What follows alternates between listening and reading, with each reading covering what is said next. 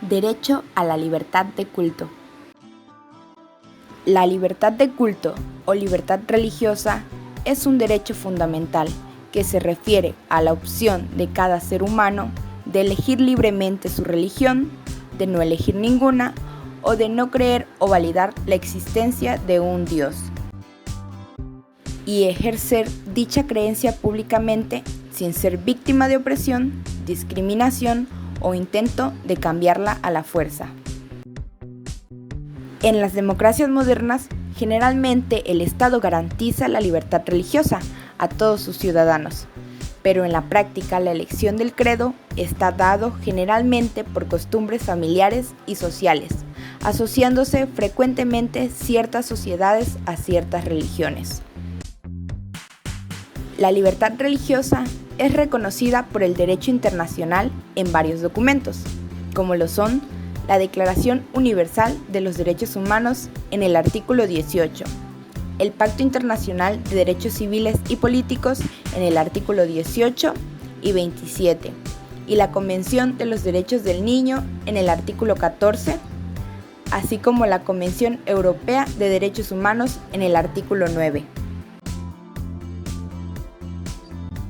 El artículo 18 de la Declaración Universal de Derechos Humanos protege a los creyentes, teístas, no teístas, así como a aquellos que no profesan una religión o creencia. Lo que resulta menos conocido es el papel que jugaron las organizaciones religiosas en el lanzamiento y mantenimiento del movimiento de derechos humanos. Como señaló el ex alto comisionado de la ONU para los Derechos Humanos, Zeid Ra'ad al-Hussein,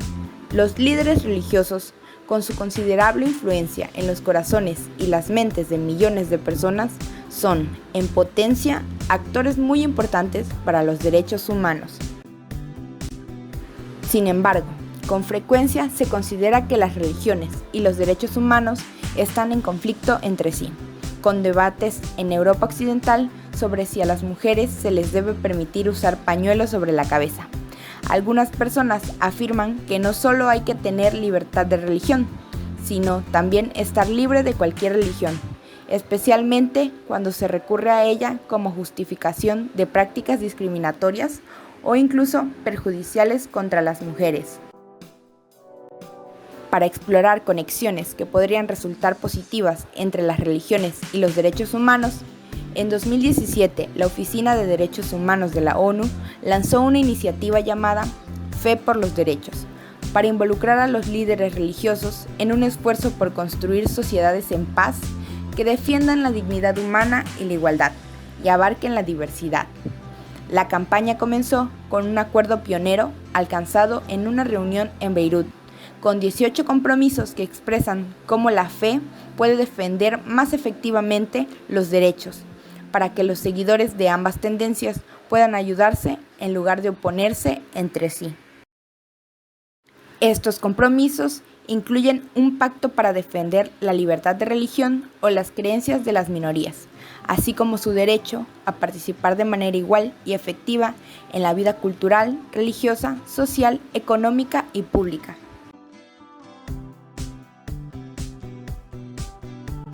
Si hablamos de libertad religiosa en México, podemos encontrar que los artículos 1, 24 y 130 de la Constitución Política de los Estados Unidos Mexicanos protegen la libertad religiosa.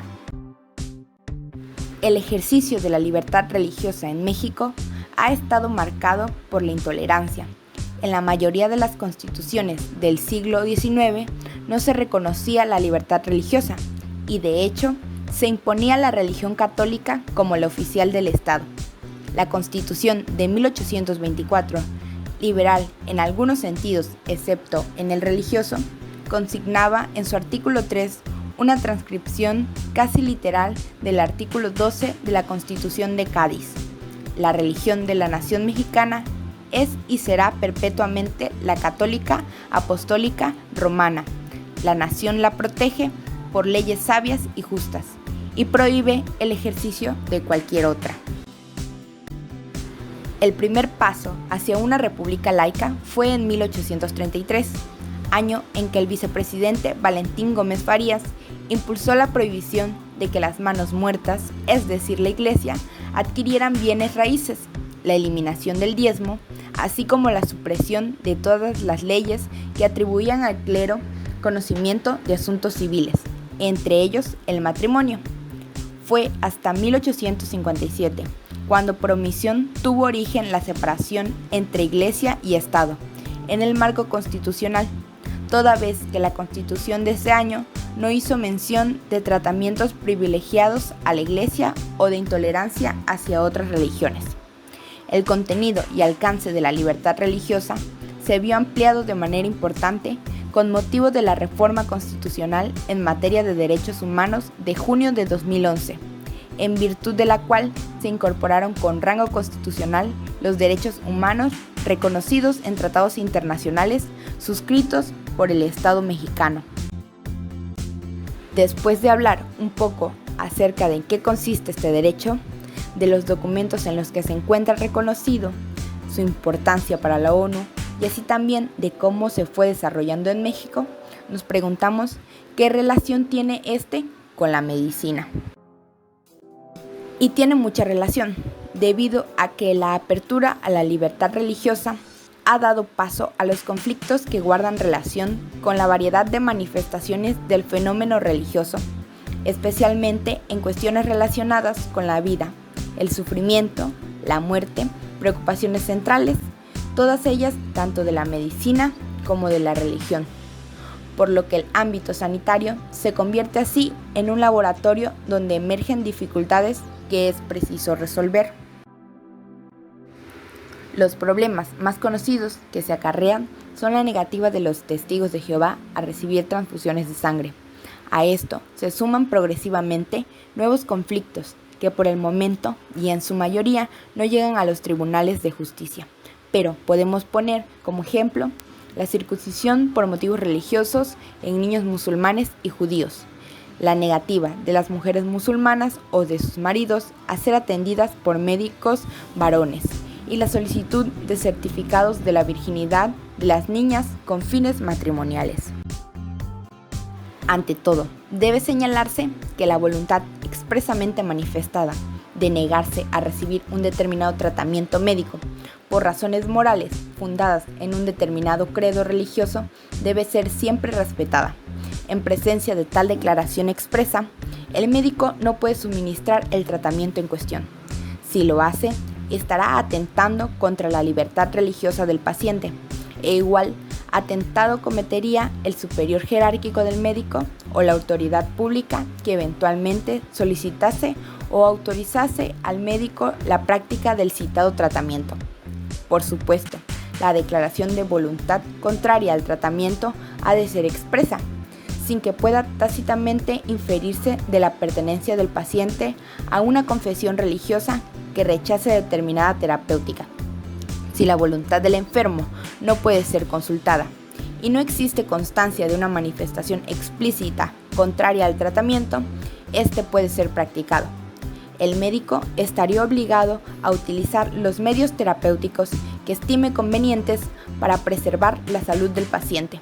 y, por tanto, un tratamiento considerado normalmente adecuado solo deja de ser legítimo cuando ha sido expresamente rechazado por el paciente, con base en sus convicciones morales, sin que sea posible reconstruir dicho rechazo cuando éste no se ha dado efectivamente. La libertad religiosa, la libertad de pensamiento y la libertad de conciencia son el marco en donde se insertan los conflictos individuales entre la exigencia jurídica y la exigencia moral,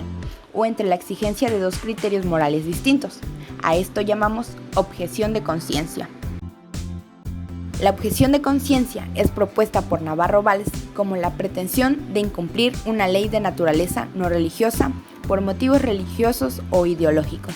Entonces, la objeción de conciencia se plantea a título de confrontación entre las obligaciones establecidas por el derecho, la ética del médico y entre estas y la ideología del paciente. La objeción de conciencia es una manifestación tanto de la autonomía del médico como de la autonomía del paciente, y esta, como derecho, exige la protección de la libertad del médico y del paciente, a fin de evitar consecuencias discriminatorias o de represalias injustas y afirmar que dicha objeción no es un pretexto para no cumplir con sus deberes. Es necesario reconocer la relación de este derecho, así como de los demás derechos, con la medicina, porque como bien mencioné anteriormente, el ámbito sanitario es donde emergen más dificultades que son precisas resolver, y estas pueden acarrear muchos problemas legales tanto para el médico como para el paciente. Una vez vistos los puntos a tratar, solo queda decir que la libertad religiosa es un derecho humano que el Estado debe garantizar mediante medidas legislativas y políticas que generen las condiciones propicias para su ejercicio. Es preciso poner en práctica los principios de nuestra Constitución para que se conviertan en ejes rectores de la actividad estatal, puesto que el efectivo ejercicio de la libertad religiosa tendrá lugar en la medida en que el principio de laicidad permee todas las instituciones públicas.